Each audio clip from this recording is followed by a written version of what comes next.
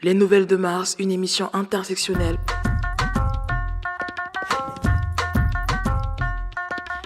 Bienvenue sur Radio Galère.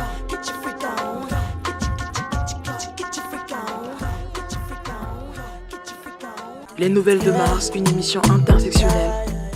Bonjour, bienvenue sur Les Nouvelles de Mars avec Waka. Vous êtes sur Radio Galère 88.4 pour une émission un peu spéciale. C'est une émission qu'on va faire en partenariat avec le Festival Intersection. C'est une émission qui va parler de ce qui s'est passé durant le festival, donc ce qui s'est passé le samedi 27 avril. Donc c'est la première partie. Dans cette première partie, il y aura la lecture de Joe Gustine et de son livre « Ah si, il faut souffrir pour être française ». Et par la suite, il y aura la table ronde. C'était une table ronde qui était sur la place des femmes et des personnes transgenres, racisées, dans les scènes culturelles et la société en général. Comment se représenter et comment se mettre en scène. Il y avait Fatou, Sibi, Méloé Génet, Joe Augustine, Pierrette, Myriam Saint-Denis du collectif Les Filles de Blédard, avec Alexia. Donc je vous laisse écouter l'émission. Française, à partir de quand est-ce que je me sens française? Est-ce que les personnes qui sont nées ici ont ce même rapport à la France que moi? Est-ce que c'est du fait que je suis partagée entre deux cultures? Est-ce que c'est du fait que... Enfin, qu'est-ce qui fait de moi une Française? Donc, elle commence à rencontrer des amis à elle qui sont, soit comme elle, ont grandi au Cameroun, sont venus ici, soit sont nés ici, soit sont métis, soit sont musulmanes, et de divers âges, en fait, de divers. En fait, elle fait sa petite recherche en discutant avec des femmes autour d'elle, quoi. Et elle veut mettre tout ça dans un roman qui s'appelle « On est en France ici ». Et en fait, c'était ma démarche pour écrire à Cécile. Il faut souffrir pour être française. Je décrivais vraiment... C'est vraiment un journal de bord de l'écriture de ce roman. Donc, imagine, tu veux écrire un roman, tu dois faire un journal de bord. Et à la fin, le journal de bord, c'est le roman en question. Voilà, c'était un peu ça. C'était vraiment exactement ça que j'ai fait. Et au début, je savais pas trop, j'avais juste le titre. Parce que j'étais en psy et j'avais dit à la psy, si, il faut souffrir pour être française. Et elle avait rigolé. Et je me suis dit, ok, on va garder la phrase là, mais je ne sais pas ce que j'en fais. Et je savais pas si je devais faire un stand-up ou un roman ou autre chose, en fait. J'aime bien faire des BD mal dessinés. Je ne savais pas si ça devait être ça. Je ne savais pas sous quelle forme j'allais le faire. Et il s'est trouvé que au lendemain de ma première rupture, quand j'ai cru que j'allais mourir, quand j'ai commencé à comprendre toutes les chansons du monde, l'inspiration est venue. J'ai écrit ce roman. J'ai écrit je ne suis pas venue ici pour souffrir, ok. J'ai écrit le stand-up et le roman dans les 2 premiers mois qui ont suivi la rupture. Donc, je me suis acheté un nouvel ordinateur le lendemain de la rupture. Et même l'ordinateur est nommé là-dedans. Enfin, toute la démarche est nommée, quoi. Et ouais, donc, j'ai fini ça le 31 décembre 2016 à 23h59, heure de Los Angeles. Je ne voulais pas entrer dans 2017 avec cette histoire-là. Et là, il s'est trouvé que le premier jet était, pour moi, parfait, comme pour tout le monde, hein. Sauf pour l'éditeur. Il fallait le réécrire, il était trop décousu. Donc j'ai créé une chronologie, et la chronologie a donné le roman dans le roman. Donc avant ça, ce n'était pas un roman dans le roman. Avant de faire cette réécriture-là, il s'est passé un long moment de page blanche. Donc la réécriture n'a commencé qu'en avril 2018, quand il a fallu que je me remette en couple. Donc j'ai failli remercier mes ex dans les remerciements. Mais non. C'est moi qui ai souffert, ok. Merci de Walou, rien du tout. Mais voilà, je suis très très fière du résultat. Je suis contente qu'on m'ait invité à réécrire. Même si le premier j'ai été bien, celui-ci est vraiment... je vous y invite. Donc oui, ça aborde plusieurs thématiques. Je sais même pas... Il y a tellement de perles que je ne sais pas laquelle vous proposez. Donc, on a 7 chapitres et une dédicace à la fin. Le premier chapitre, c'est « Alors tu t'y plais ». Deuxième, « Comme un 4 octobre ». Troisième, « Des expériences incroyables ». Quatrième, « Des malades imaginaires ». Cinquième, « De travers ». Sixième, « Un pied dedans ». Et septième, « Partir un jour ». Quelqu'un peut me donner un chapitre ou une page entre 1 et 349, 210 et les malades imaginaires. Donc, ouais. On va commencer là. T'as pas faim, toi ? m'a demandé Zora. J'ai envie qu'on bouffe. Viens, on commande à bouffer, allez. Oui, un autre repas gratuit. J'ai commandé le burger végé mexicain que j'avais repéré dès notre arrivée. Elle a pris une petite entrée, le truc à 7 €. C'est ça qu'elle appelait bouffer. Sur le coup, j'étais interloquée, mais je n'ai rien dit. Je me suis sentie coupable de la voir se serrer la ceinture pour pouvoir m'inviter. Si tu veux, on partage mon burger. Dis non, dis non, dis non, dis non, dis non. Un burger sans viande? Sans façon, merci. Alors dis-moi tout, il parlera de quoi ton bouquin? Alors pour l'instant, je récolte quelques témoignages, ça et là, des discussions comme celles qu'on a là, avec que des meufs non blanches. Ce qu'on se dit là sera dans le bouquin? Je tiens à avoir des anecdotes authentiques, je ne veux rien inventer. Les personnages seront fictifs, mais inspirés de personnes réelles, de vécus réels. Tous les dialogues, par exemple, seront pratiquement retranscrits mot pour mot. Attends, là tu m'enregistres? Avec mes yeux et mes oreilles, oui. Là, en ce moment, je suis en train de... Avec mes yeux et mes oreilles, oui. Là, en ce moment, je suis en train de faire un effort d'attention et d'écoute démesuré. Je ne te raconte même pas. Je fais jamais ça. Là, mon cerveau, il a des crampes. Ah, au fait, si tu souhaites que j'appelle ton perso d'une certaine façon, n'hésite pas, hein. Rose, Sally, Rihanna, dis-moi. Il n'y a que toi qui sauras que c'est toi. Sally a-t-elle gloussé? Où vas-tu chercher ces prénoms? Ok, je réfléchis, je t'envoie un texto. Ok, ça marche. Bon, il arrivera que je croise des personnages. Hein. Si tu ne reconnais pas des phrases que tu as dites, c'est normal. Quelqu'un d'autre les a dites. Ah oui, et aussi dans le livre, du moins dans ce à quoi il ressemble maintenant, je raconte nos rencontres comme dans un journal intime et je fais de sortes de digressions, de flashbacks dans mon passé, sur des moments qui peuvent expliquer mon ras-le-bol. C'est un récit à la première personne. Narrateur homo... Zora prenait l'air détaché de la meuf qui se souvenait vaguement de ses cours de français du lycée, mais faisait comme si ça lui venait naturellement. Elle ne trompait personne. J'avais inventé cet air-là. J'étais la Jean-Jacques Goldman de cet air. J'ai fouillé de toutes mes forces dans les recoins de ma mémoire, en regardant la tablée voisine avec l'air de m'ennuyer un peu, et quand le mot m'est revenu, j'ai répondu sans ciller. Homodiégétique? Oui, donc voilà, c'est l'histoire d'une Camerounaise arrivée en France à 15 ans et qui s'étonne à 14 ans plus tard de ne toujours pas se sentir française, alors qu'elle a un passeport français. Elle se demande à quoi c'est dû et interroge d'autres Françaises racisées autour d'elle. Et pendant les interviews, elle a des flashbacks de sa propre vie. Chambé, n'est-ce pas? Il me tarde de le lire. C'est emmerdant parce qu'il faut que je l'écrive d'abord. Mais ma tragédie est faite. J'ai trouvé un titre dont je ne suis pas peu fière. Dis-moi ce que t'en penses. On est en France ici. On est en France ici, a-t-elle répété en riant. C'est tellement une phrase de facho, ça. Pas que, hein, faut pas croire. Ce sont les Blancs qui s'obstinent à croire que le racisme en France est l'apanage des fachos. On est en France ici est tellement une phrase banalisée. Avant-hier encore, ma tante disait à mon cousin de parler normalement parce qu'on est en France ici. Mon cousin était en train de parler avec un accent du Cameroun. Chaud. Moi, oui, j'avoue, c'est une phrase qui symbolise bien l'exigence d'assimilation, la bonne manière d'être français. Voilà, ai-je lâché, avec un sourire de reconnaissance. Mehdi, Asma, je ne vais pas vous le dire 2 fois. Parlez français dans la cour de récréation. On est en France ici. Par contre, Callum et Chelsea, c'est tellement beau de vous entendre manier à merveille la langue de Shakespeare. Je compte sur vous quand l'inspecteur viendra. Il sera ébloui par la richesse linguistique de notre établissement. Ils sont graves, ces Français, s'est exclamée Zora, sans regarder autour d'elle. Et c'est pareil pour les accents, tu vois, comme tu as dit avec ta tante. Tu vas pas me croire, ma mère béninoise imite l'accent anglais quand elle téléphone à des clients.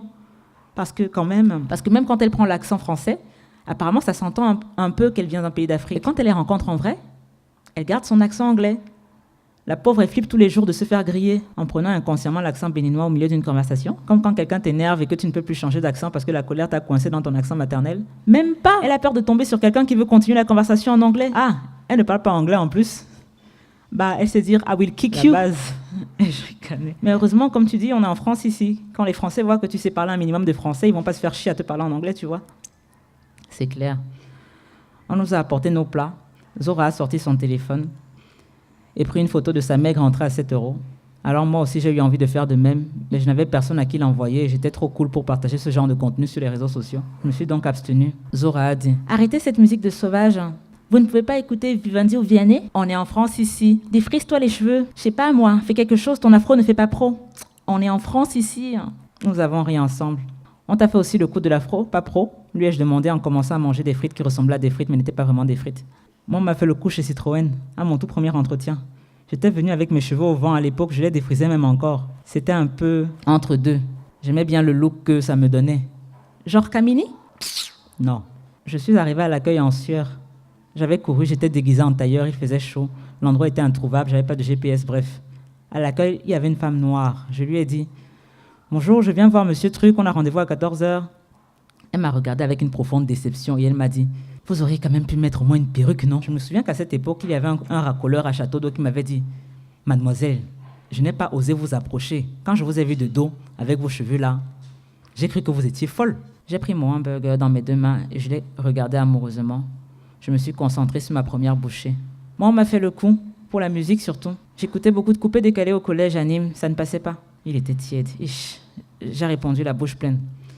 Ah, mais moi, je n'ai jamais dit à mes amis blancs que j'aimais le hip-hop. À HEC, c'était interdit en soirée. Un jour, un DJ externe a fait l'erreur de passer le début de Salade Tomate Oignon. Toute la salle a commencé même déjà à danser. Mais 15 secondes plus tard, le DJ était entouré de tous les membres du BDE en polo rose et bleu. Ils lui ont dit texto, pas de ça ici. Ah ouais, quand même, s'est-elle étonnée. Et c'est toujours alcool à volonté? Techniquement, la loi Bachelot a interdit l'open bar en 2008, mais j'ai été à HEC jusqu'en 2011 et ça ne semblait pas être très interdit. Bref, les soirées open bar, c'est OK.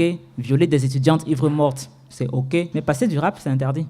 Un jour, une étudiante a envoyé un mail cinglant à un type qui écoutait du hip-hop dans sa chambre. Elle lui a dit un peu ce que tu as dit tout à l'heure. J'ai quelques vinyles de musique classique qui sauront te rééduquer les oreilles. Ça, c'était 210.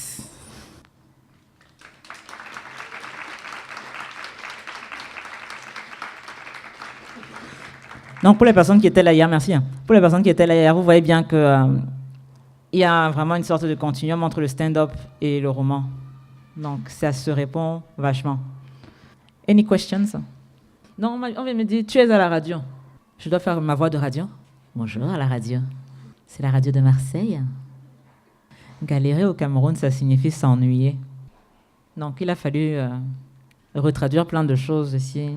Quand je suis arrivée, tu utilises le même mot français pour une autre signification. Frapper, ça signifie marcher et voler. Ouais. Pas voler, mais voler, chourer, quoi. Personne n'a des questions, sauf ça? Et chourer ne veut rien dire au Cameroun. Non, vous avez décidé que je vais parler seul ici aujourd'hui. Hein. Est-ce qu'il y a un problème? Je voulais savoir comment tu avais eu l'idée de la photo de couverture. J'ai eu plein d'idées. Et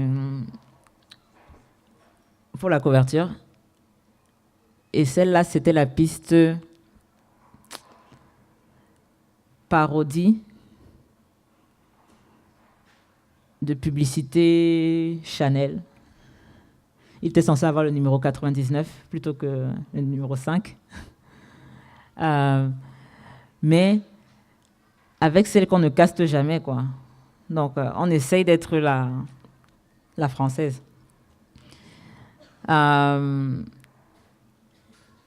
C'est quoi encore? Oui. Bon. Mercredi dernier, à Marseille, à Busserine, dans les quartiers nord, on a fait un atelier avec les filles d'une association de voisinage. Un atelier que j'appelle les workshops créatifs de Joe Gustin, WOK, W-O-K-E. Et on leur avait demandé, car elles n'ont pas eu le temps avec la rentrée de lire le bouquin. Car ce sont des collégiennes. Vraiment, la plus âgée doit avoir 15 ans. Et la plus jeune doit avoir 9 ans. On va dire. Et on leur a dit, étudiez la couverture. Elle va venir quand même si vous n'avez pas lu. Et l'atelier que j'ai fait, c'était de leur dire, fermez les yeux. C'est que des filles sans non-mixité, meufs racisées. Hein. En même temps, là-bas, j'avais pas trop besoin de pour raciser, j'avais pas trop besoin de demander ça. C'est pour ça que je passe une annonce dans les quartiers défavorisés si des personnes veulent organiser des workshops. C'est gratuit et ça fait du bien à tout le monde. Donc, je leur ai dit. Là, j'ai pris leur nom. C'était même quoi? Oh.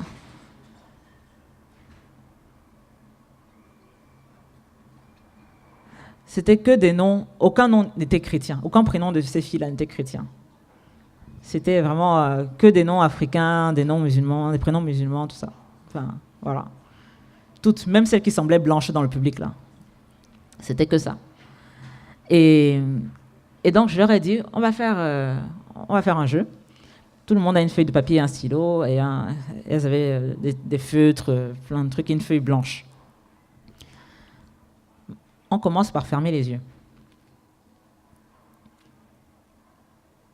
Mais fermez les yeux. Vous n'entendez que ma voix. Ah. Imaginez une Française. Ce n'est pas une Française que vous connaissez. Elle est purement le fruit de votre imagination. Imaginez-la bien, dans tous les détails. C'est bon, vous la voyez? Maintenant, vous pouvez ouvrir les yeux. Et maintenant, je leur demandais comment est-ce qu'elle s'appelle. Alors, qu'est-ce que j'ai eu? Où est mon téléphone? J'ai eu des Marie, Marie-Denise, j'ai eu des Angèle, j'ai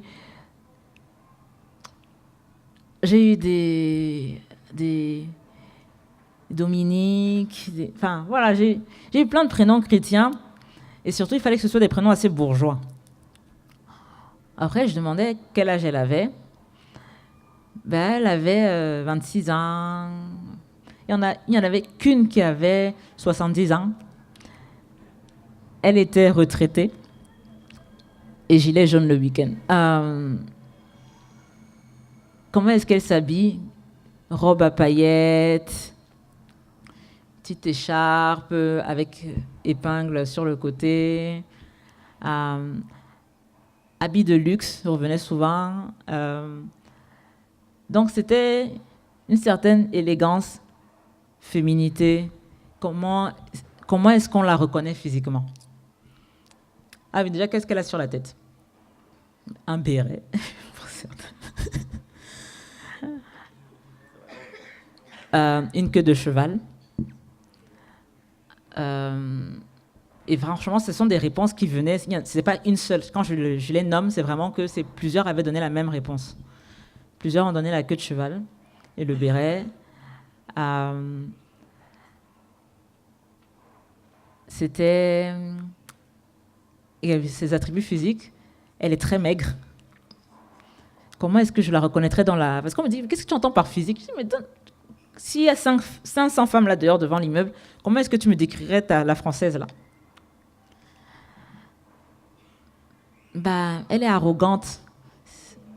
C'est celle que tu as l'impression qu'elle est au-dessus des autres, au-dessus de tout le monde. Et franchement, cette réponse aussi est venue souvent. Une autre question, c'était qu'est-ce qu'elle écoute comme musique? J'ai eu beaucoup de... la musique normale, quoi. Piaf, Aznavour, Johnny. Normal, comment ça s'appelle la musique normale? J'ai dit, mais même musique normale. Donc, elle notait la musique normale. Il y en a une qui écoutait Ariana Grande. Comment est-ce qu'elles se déplacent? Déjà, où est-ce qu'elles habitent? Elles habitent dans des maisons avec beaucoup de sécurité et de très grandes maisons avec un théâtre à côté. Il n'y a que la gilet jaune. On ne sait pas où elle habite. Mais on la voit toujours debout devant le carrefour à côté du bâtiment A, 24A.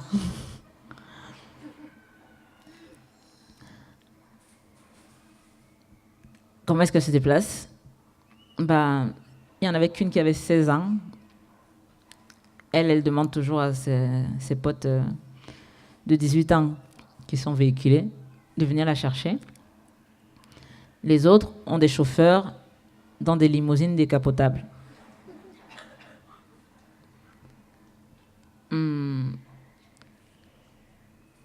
Qu'est-ce qu'elles veulent? Quels sont leurs rêves? Qu'est-ce qu'elles attendent de la vie? La gilet jaune aimerait habiter dans le bâtiment 24B. Parce qu'il est. Ah bon, hein? Le 24 a été cassé, hélas. Je n'avais pas tu vois, non. Backstory. Les autres dominer sur le monde, être des stars internationales et pouvoir tout faire. La dernière question, c'était Et qu'est-ce qu'il fait d'elle une Française? Et les réponses étaient: elle dit qu'elle est une Française, elle parle français, elle a les papiers,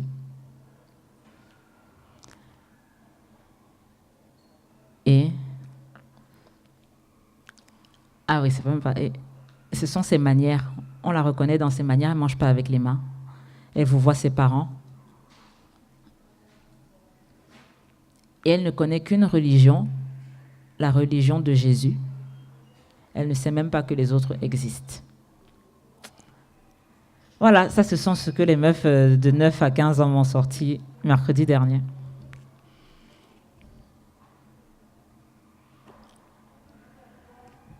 Je voudrais savoir pourquoi vous avez choisi ce titre et pas un autre.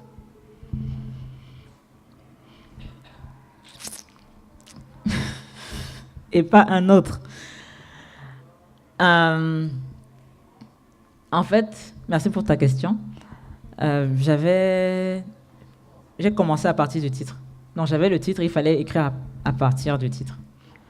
Et une fois que j'ai fini d'écrire, comme le roman à l'intérieur, donc le roman que le personnage fictif est en train d'écrire, s'appelle On est en France ici. À la fin, j'étais là en mode merde.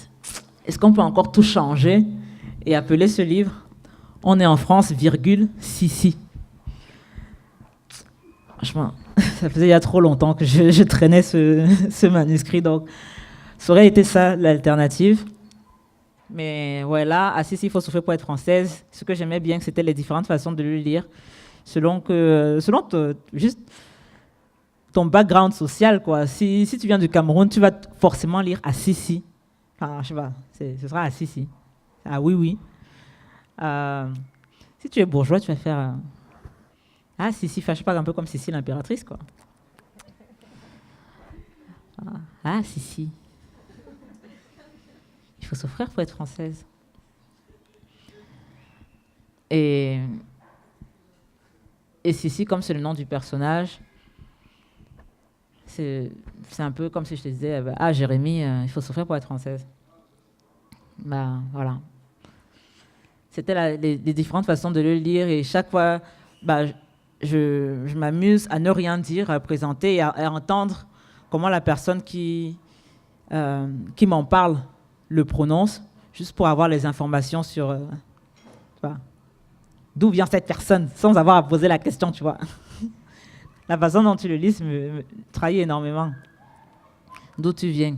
Malheureusement, quand les personnes viennent me voir et en parlent, elles ne disent jamais « Ah, si, il faut souffrir pour être française ». C'est toujours « Ah, si, tu es belle ». Ah oui, oui. Elles se souviennent jamais du titre, tu vois. « Ah, si, la France, c'est dur ». Donc, c'est plein d'autres informations à noter comme ça, mais c'est jamais celle auquel je m'attendais au départ. Voilà pourquoi j'ai choisi. Oui. J'aimerais que tu reviennes justement sur ton workshop. Est-ce que tu t'attendais à ce type de résultat? Est-ce que ça t'a heurté? Comment t'expliques qu'il y ait une homogénéité pareille? Ah ben, je m'attendais clairement à ce résultat, mais c'est pour ça même, en fait, même à l'écriture du livre, quand tu vas voir d'autres personnes, c'est juste pour vérifier que t'es pas folle. Enfin, mais sinon, tu savais déjà qu'il y avait quelque chose. Et elles viennent confirmer à partir de leur vécu, et vous vous rendez compte que vous avez exactement le même. J'avais, lors de la projection d'Ouvrir la voie, j'avais levé la main pour dire à Amandine Gay que je venais de finir un manuscrit. Bon, je croyais l'avoir fini, c'était le premier jet. Je venais de finir un manuscrit qui était une sorte de version littéraire du projet, quoi, interviewer des personnes qui ont des vécus similaires et les mettre en commun dans un ouvrage. Bah, on a vraiment l'impression d'avoir la même vie. Même si on évolue dans des corps différents. Est-ce que vraiment... Ouais, et la communauté de l'esprit, la communauté des vécus, des galères, ça vient dans ça vient dans le système, quoi. On évolue dans exactement le même système qui traite les femmes racisées de la même manière. Ouais. Et donc, je m'attendais à ça et ça faisait partie, du coup, de la... C'était la réponse à la question sur la couverture. Mais ça faisait partie du... pourquoi cette couverture? Parce que, à force d'essayer d'être française, à force de chercher sa place en pensant que c'est nous qui ne faisons pas quelque chose correctement, donc on n'a pas encore notre place, à force d'essayer de cocher les cases, ben on devient cette sorte de licorne, quoi, enfin, de caractère un peu hybride. Parce que, ouais, enfin, j'avais décidé de ne jamais décrypter la couverture moi-même. À partir du moment où je l'ai faite, c'est aux autres de le dire, mais je vais juste te dire ce que j'entends souvent. Ben, c'est la femme de ménage qui a porté, pendant que les patrons ne sont pas là, les habits de sa bosse. Et elle garde l'enfant de sa bosse qui est derrière. Ça vient souvent. Et j'avais posté il n'y a pas longtemps sur le soir du workshop. C'est disponible dans les stories de Assisi The Roman sur Instagram, les stories permanentes. Cette lettre, ce mot que cette fille a écrit, elle s'appelle Toufat. Et le mot disait que la couverture du roman montre l'exigence d'intégration qui vient de la France et qui fait de nous, on ne sait plus trop comment se placer, quoi. On devient une autre identité que soi-même. Juste, voilà. Pour se fondre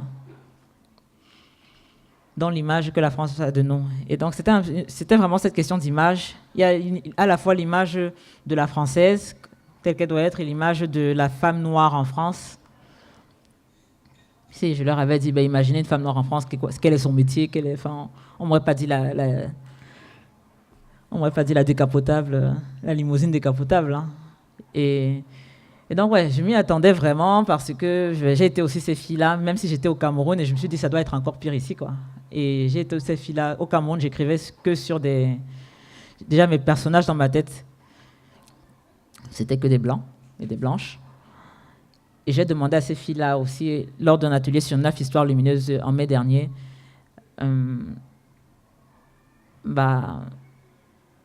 parmi vous, qui est-ce qui écrit? Il y en avait beaucoup. Les gens qui se déplacent dans les ateliers comme ça, ils sont des gamines qui écrivent. Hein. Il y en avait beaucoup qui écrivaient, mais je leur ai demandé, quelle est la race de vos personnages? C'était clairement blanche. Et on ne s'en rend pas compte. Et ce n'est pas vraiment un choix. Et quand le personnage est noir maximum, il est métis, en fait. Et s'il est noir, ce sera le mauvais rôle de l'histoire. Et vraiment, c'est inconscient, même quand tu grandis au Cameroun. Et j'étais même pas à l'école française au Cameroun. Donc, les blancs que je côtoyais, c'était vraiment les blancs de la télé, quoi. Le câble l'antenne parabolique à l'époque. Non, ouais, je m'y attendais. Merci pour les questions. Oui. Excusez-moi, c'est quoi qui vous a inspiré à écrire ce livre? Merci.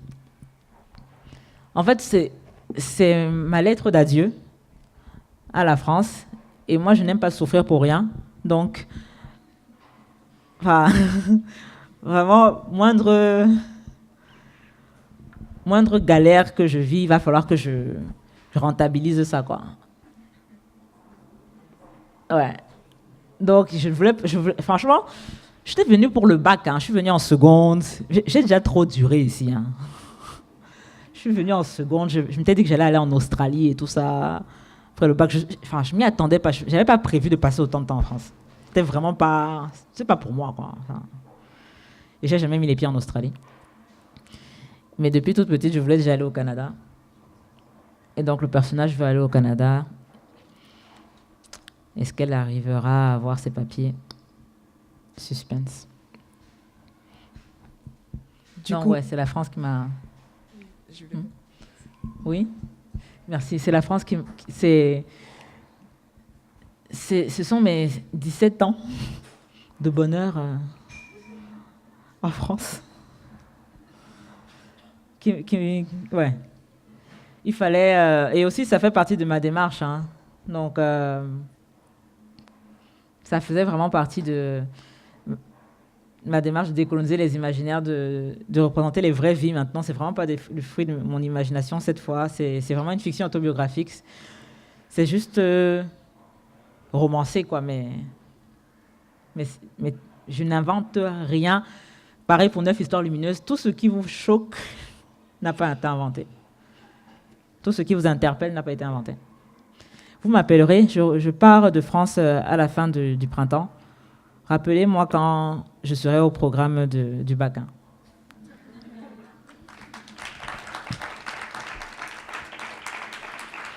Merci. Merci à toi, Joe. Je suis vraiment désolée. Vu qu'on a pris beaucoup de retard, on va devoir laisser encore 10 minutes si vous avez d'autres questions. Et ensuite, on commencera le débat. Est-ce que vous avez des questions? Sinon, tu peux continuer à lire encore. Hein. Il te reste 10 minutes. OK. Je vais lire... Il me reste 10 minutes. Est-ce que vous voulez une sorte de repas de famille? Ah oui, je vais faire ça. Je vais me chez le choix. On n'a pas le temps. Aujourd'hui, à la crémaillère de soupe sur loin, entourée de tantes, d'oncles, de cousines et de blancs de poulet braisé que j'apprenais encore à ignorer, je me suis encore retrouvée acculée à un pilori. Si, nous nous inquiétons pour toi. Oui, nous trouvons que tu te radicalises. Mais non, le terme est fort. Ce qu'elle essaie de dire, c'est que tu deviens un peu extrémiste dans tes idées. On sait que tu aimes sortir du lot, être original, penser à contre-courant. On le sait, mais là, on ne te reconnaît plus. Tu ne regardes pas la télé. Je vais lui offrir une télé. Il faut qu'elle sache ce qui se passe dans le monde. Hollande est président, tu râles. Sarkozy était président, tu râlais. Même pour Sarkozy, elle râlait. Et que, pour une fois qu'on avait un président issu de l'immigration, elle a fait une fixation sur le blanc. Il ne faut pas devenir raciste, hein. C'est quoi cette idée de n'aller voir que des films où il y a des noirs à l'affiche? Tu te rends compte qu'il y a des gens qui évitent de voir des films où il y a des noirs à l'affiche et que tu fais exactement comme eux? Pareil pour cette histoire de féminisme. Ben oui, je ne sais pas ce que les hommes t'ont fait. On sent beaucoup de colère en toi. Beaucoup! Tu devrais te réconcilier avec les hommes, surtout à ton âge, si tu vois ce que je veux dire. Et puis, tu veux que je te dise? Ton oncle ne m'a jamais obligé à aller à la cuisine. Je suis bien contente quand il va réparer la voiture et que c'est moi qui prépare à manger. Tu imagines ce que ça donnerait si on inversait les rôles? Toi, tu essayes de changer l'ordre du monde. Et regarde, il l'aide. Et c'est lui qui a demandé à être au barbecue. Il faut changer ses idées plutôt que l'ordre du monde. Et puis, la société africaine est matriarcale. La mère est respectée. En Afrique, on déifie les femmes.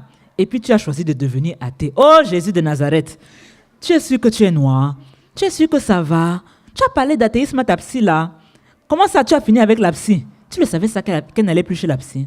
Quoi? Elle a décrété que tu es guéri? Il y a des charlatans partout.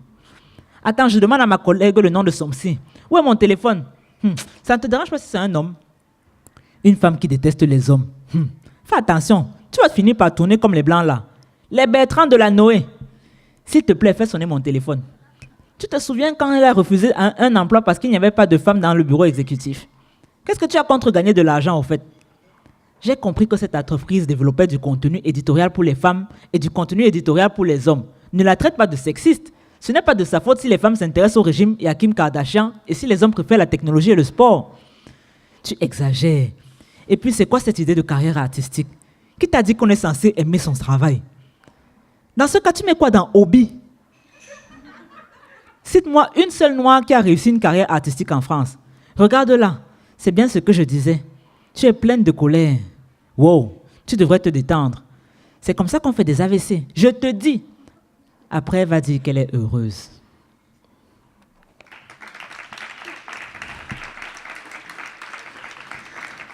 Comme j'ai dit, je n'aime pas souffrir pour rien. Donc, si ma famille se reconnaît là-dedans, toute ressemblance sera vraiment volontaire. Merci beaucoup d'être venu.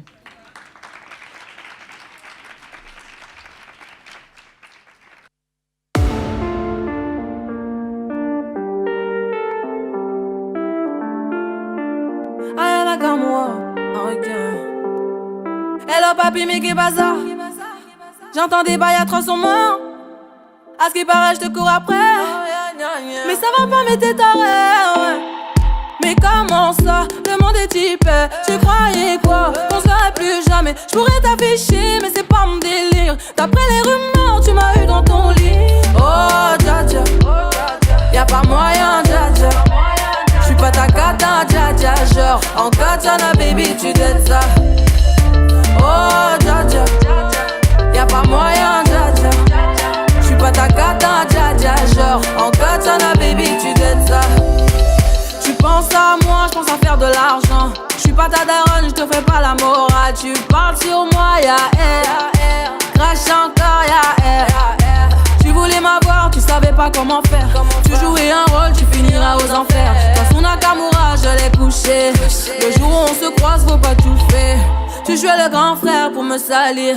Tu cherches des problèmes sans faire exprès. Putain, mais tu déconnes. C'est pas comme ça qu'on fait les choses.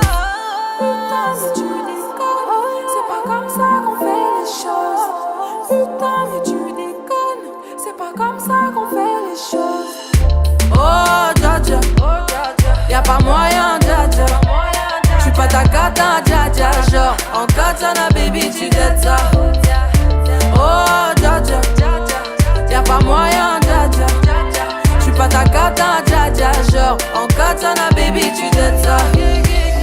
Oh, dja dja, y'a pas moyen, dja dja. J'suis pas ta cata, dja dja. Genre, en katana, baby, tu t'aides ça. Oh, dja dja, y'a pas moyen, dja dja. J'suis pas ta cata, dja dja. Genre, en katana, baby, tu t'aides ça. Oh, dja dja, j'suis pas ta cata, dja dja, non. Y'a pas moyen, dja dja, ouais. En katana, baby, tu t'aides ça. Oh, dja dja, j'suis pas ta cata, dja dja, non. Y'a pas moyen, dja dja, ouais. En katana, baby, tu t'aides ça, d'après toi. En katana, baby, tu t'aides ça. En katana, baby. En katana, baby, tu t'aides ça. En katana, baby. Oh, dja dja. Oh, dja dja. Oh, dja dja. Freak like me. You want a good girl that does bad things to you. You've never been with no one as nasty as me. Spice up your life, come get a freak. Freak, slide 'em down to my queen bed. Tease him just enough to hate me. Tied it tight enough he can't break free. Keep him waiting till he tries. This could go one of two ways. We could flip the coin, I'll be your slave. Call your daddy, give me a nickname. I ain't afraid of a little pain. No, I ain't afraid of a little pain. Yo. He wanted something else and he wanna be selfish. He wanted them 3 rounds, DC had to come help him. Look, I know your position, try to squeeze in a full Nelson now. Beat on it, beat on it, mercy, like a black belt give. Daddy the grandmaster, daddy I want it faster. Them bitches you're fucking with, I know they gon' need some practice. So bring them along with ya, teach them how to smash ya. When I made a little mess on it, he told me to clean my act up. Freak like me. You want a good girl that does bad things to you. You've never been with no one as nasty as me. Spice up your life, come get a freak.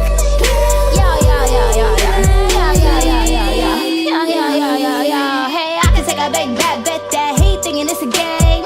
Hey, better swing. You can put it on the swing. Freak like a triple XXX flick, put it on a chain. This pussy up the chain. This kitty insane. I can fuck him in the rain. I can fuck him in the rain. I can fuck him every day. I'ma fuck him till he sing. Milk Shake, bring the boys to the yard, I'ma need the whipped cream. Ain't never been vanilla, honey, just wait until you get a taste. Skirt off, fuck in the backseat, take that shirt off. Baby, put it on me, got me like yeehaw. Ride it like a horsey, kinda like seesaw. Up and down on the D, give it to him. Freak like me, need a freak like me. You want a good girl that does bad things to you. You've never been with no one as nasty as me. Space like your life, come get a freak. You need a freak like me. Freak like me. You never good girl that does bad things to you. You've never been with no one as nasty as me. Spice up your life, come get a freak. Freak like me. They've never been with no one nastier than me. Oh baby,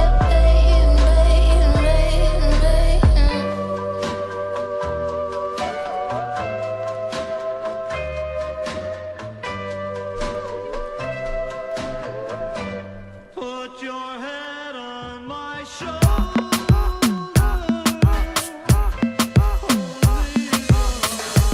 Il m'a dit t'es où, je te rejoins en tel. Moi je m'en bats les reins, j'ai besoin d'un vrai job. Il a vu mes copines, je crois qu'il a flashé. Je suis pas ton plan bête, à ma télé fessée. Je réponds à tes appels, tu crois que je vais la fesser. Moi je m'en bats les reins, j'ai besoin d'un vrai job. Trop tard, je suis trop loin pour toi. Trop tard, je suis trop loin pour toi. La plus bonne de mes copines, à mes copines. Mais tu veux la plus bonne de mes copines, à mes copines. Tu veux que bombarder, bombarder. Tu veux que bombarder, bombarder. Toi tu planes que la nuit. Tu crois que j'ai ton time à ton avis. M'appelle pas mi amor. J't'ai barré mais t'en veux encore. Toi tu crois viser dans le mix. Faudra trouver un alibi.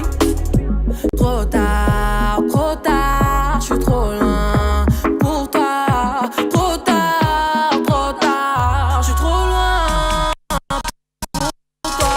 La plus bonne de mes copines, à mes copines.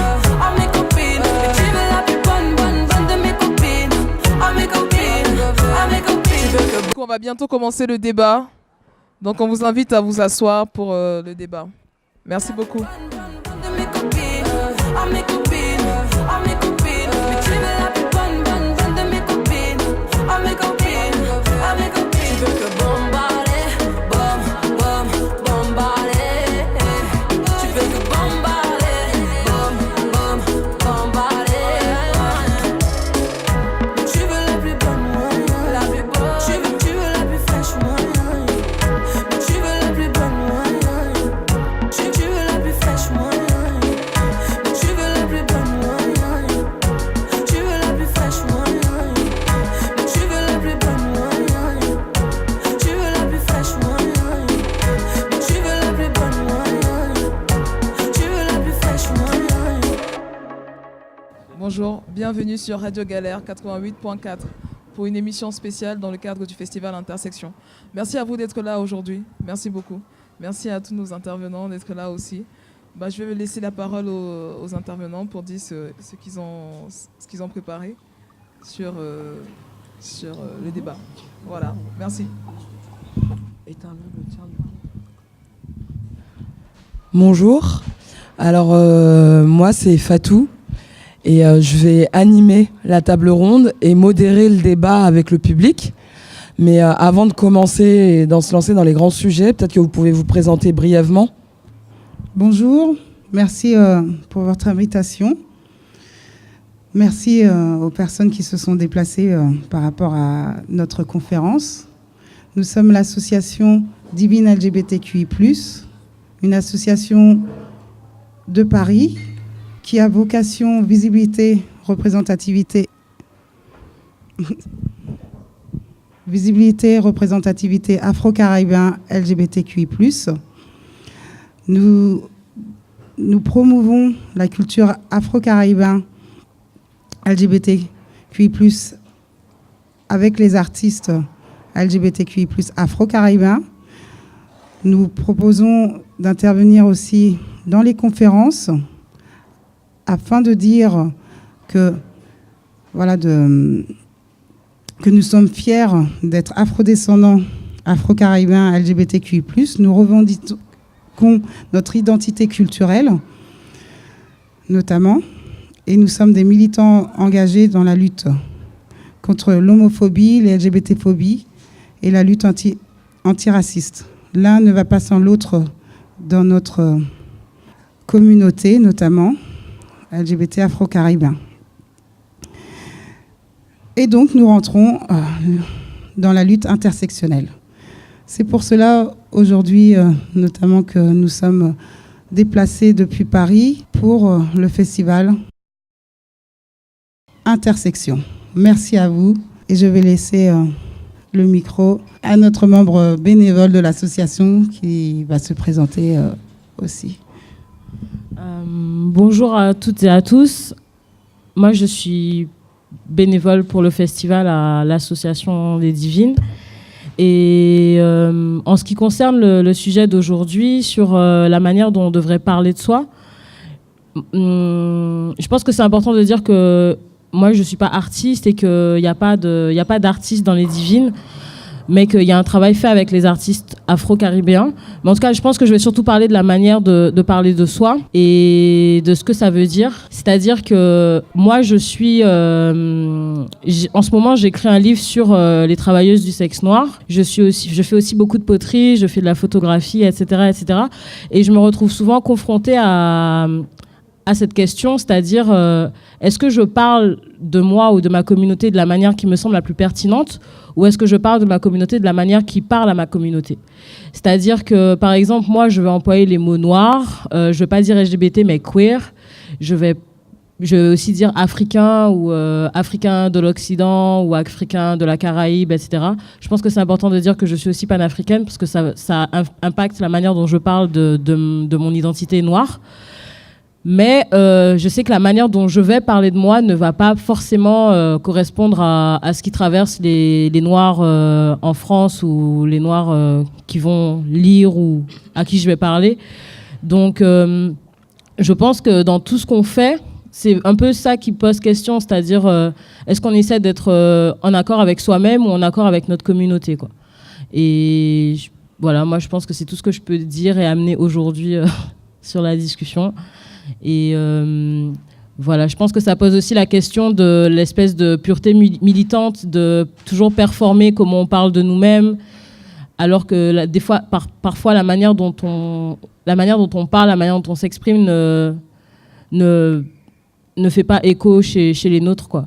Par exemple, moi, quand je vais dans la Caraïbe, je viens de Martinique. Quand je viens de Martinique, si je dis, voilà, chez nous, les Caribéens, ou chez les Caribéens qui ont été colonisés par la France, on fait ci, on fait ça, personne ne va me comprendre. Par contre, si je dis chez les Antillais, là, ça va faire écho. Pour autant, j'estime que le mot Antillais est un mot qui a été créé pour séparer les colonisés français des autres colonisés de la Caraïbe.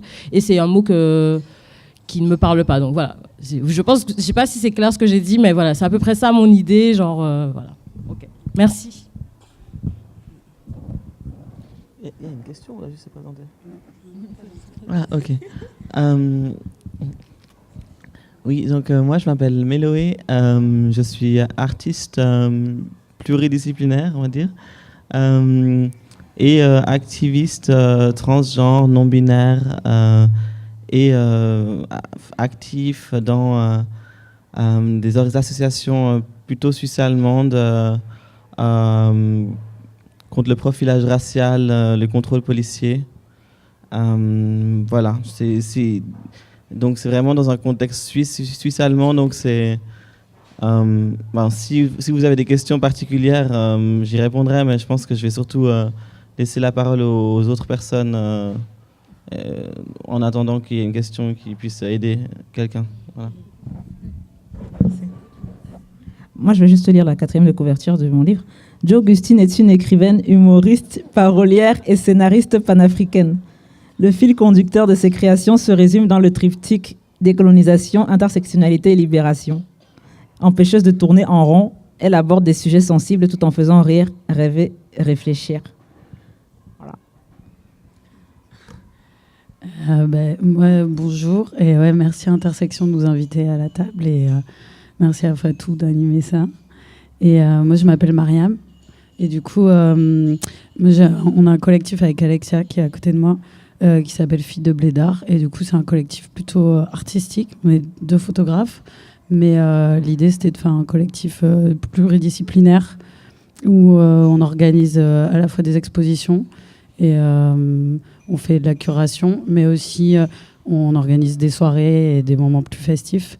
Et toujours autour de ces questions des artistes qui travaillent autour de leur identité d'enfants, d'immigrés postcoloniaux en France et de les rendre plus visibles et de faire ça, nous en tant que personnes concernées, avec des personnes concernées et de se donner de la place. C'était ça l'idée du collectif.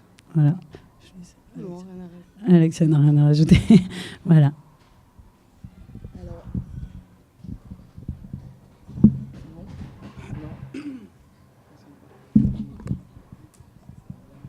Celui-là non plus.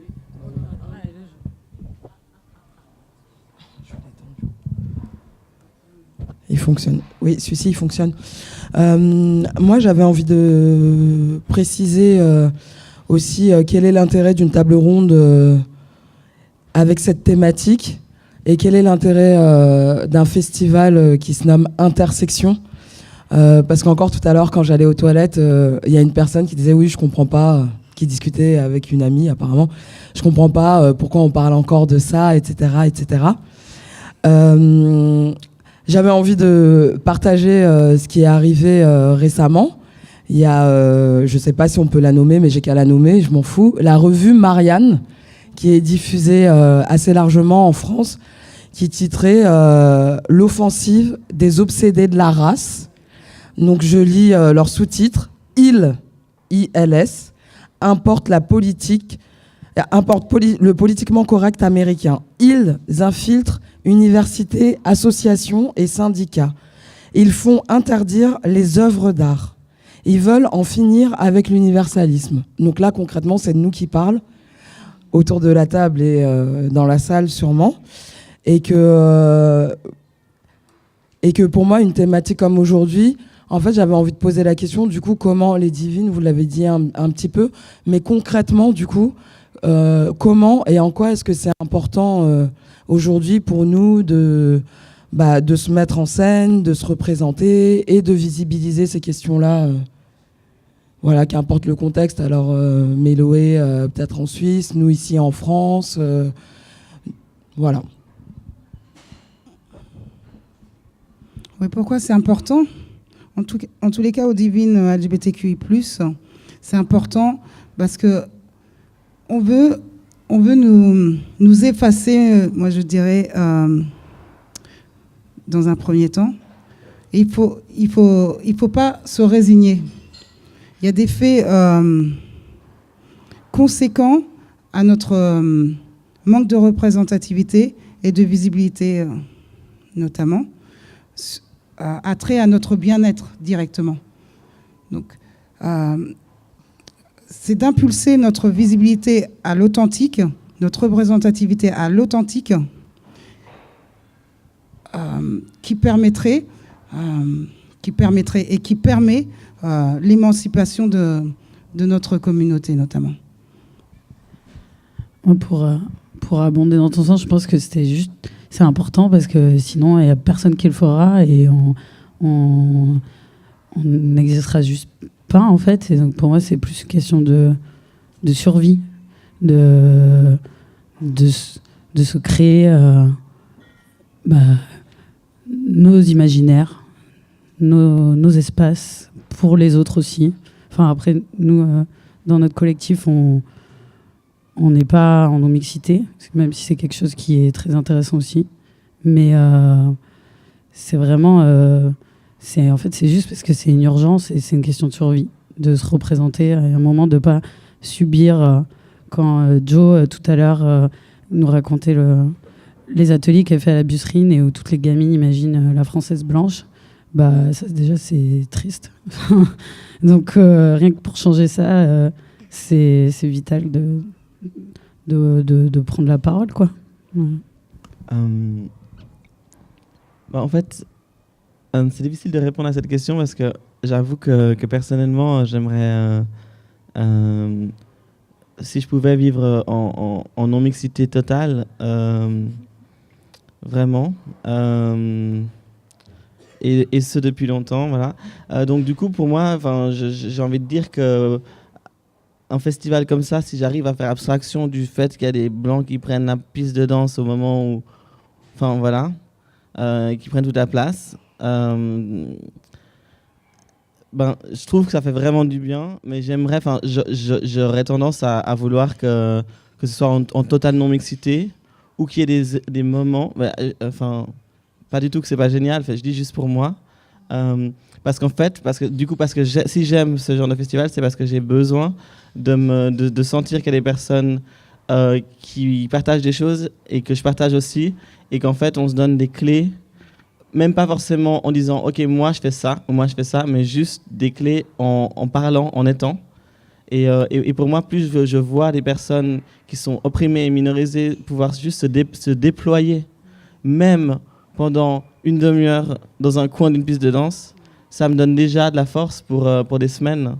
Et donc du coup, c'est pour ça pour moi que c'est important. Mais encore une fois, j'aurais tendance à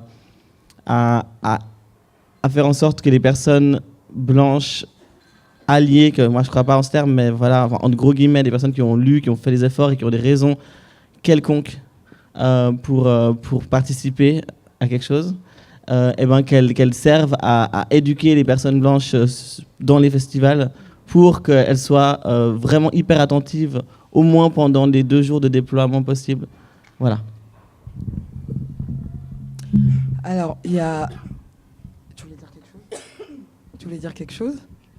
Je voulais dire que non, justement. Et en fait, ouais, je voulais dire que je n'avais pas envie de me justifier et que j'avais l'impression que si on me coupe et que je saigne et que je n'ai pas accès au pansement, quand je vais trouver la solution pour stopper le saignement, j'ai pas envie qu'on vienne me demander pourquoi tu as pris cette solution-là. Enfin, voilà, tu avais qu'à pas me couper, quoi. Punct.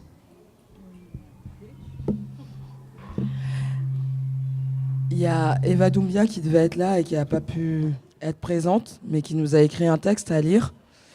Et pour répondre à la thématique d'aujourd'hui, elle dit « L'affaire là est compliquée ». Oui, la représentation des femmes noires est compliquée à aborder, parce que c'est quoi se représenter ? Et auprès de qui surtout ? Cette question se pose évidemment au théâtre. Afropéenne était un spectacle qui mettait la visibilité des femmes noires au centre. Nous l'étions toutes, de l'autrice aux comédiennes, y compris la seule blanche de la pièce dont la grand-mère est guadeloupéenne. Dans notre communauté, ce spectacle, comme Moi et mon cheveu, ou encore Ségou, La vie sans phare, sont de beaux succès. Mais nous avons dû cesser de les tourner à cause de programmation dans les théâtres. Car qui finance les projets ? Qui détient les clés du coffre de l'argent public ? Pas les femmes noires françaises. Alors se représenter nécessite des stratégies pour faire ouvrir le coffre par les gardiens. Représenter des femmes noires quand on est en négociation permanente. Une lutte à armes égales. Il faut accepter d'entendre l'inacceptable, contourner les condescendances, les paternalismes, les maternalismes, rusés, mais aussi usés de pédagogie. Je ne suis pas des vôtres car je joue au Théâtre National de Nice. J'ai mis en scène un classique. A priori, rien de politique. Il s'agit de Badine, d'après Alfred Musset. J'ai tiré de ce texte un spectacle féministe en y insérant des extraits de l'œuvre de George Sand. Et le procédé de mise en scène permet de poser aux spectateurs la question de la représentation. 3 comédiennes connaissent les 2 rôles féminins principaux, Camille la noble et Rosette la paysanne. Une blanche, une noire et une asiatique. Le public tire au sort celle qui jouera Camille et celle qui jouera Rosette. Le premier soir, la jeune fille noble était noire et la paysanne blanche. Lors des premiers retours, une spectatrice m'a dit qu'en voyant la distribution, elle avait tout de suite pensé que la jeune comédienne à la peau noire serait Rosette, la paysanne. Mais que dès les premières répliques, l'évidence était là. Il ne pouvait pas y avoir d'autre Camille, et pareil pour Rosette. C'est un exemple de stratégie. À aucun moment, nous ne parlons de racisme dans le spectacle. Et pourtant, le dispositif force le public à se poser la question. Bonne fin de festival à vous, Eva.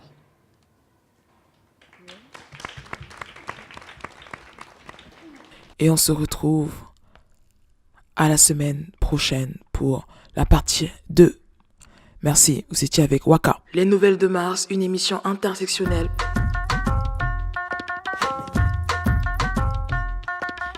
Bienvenue sur Radio Galère.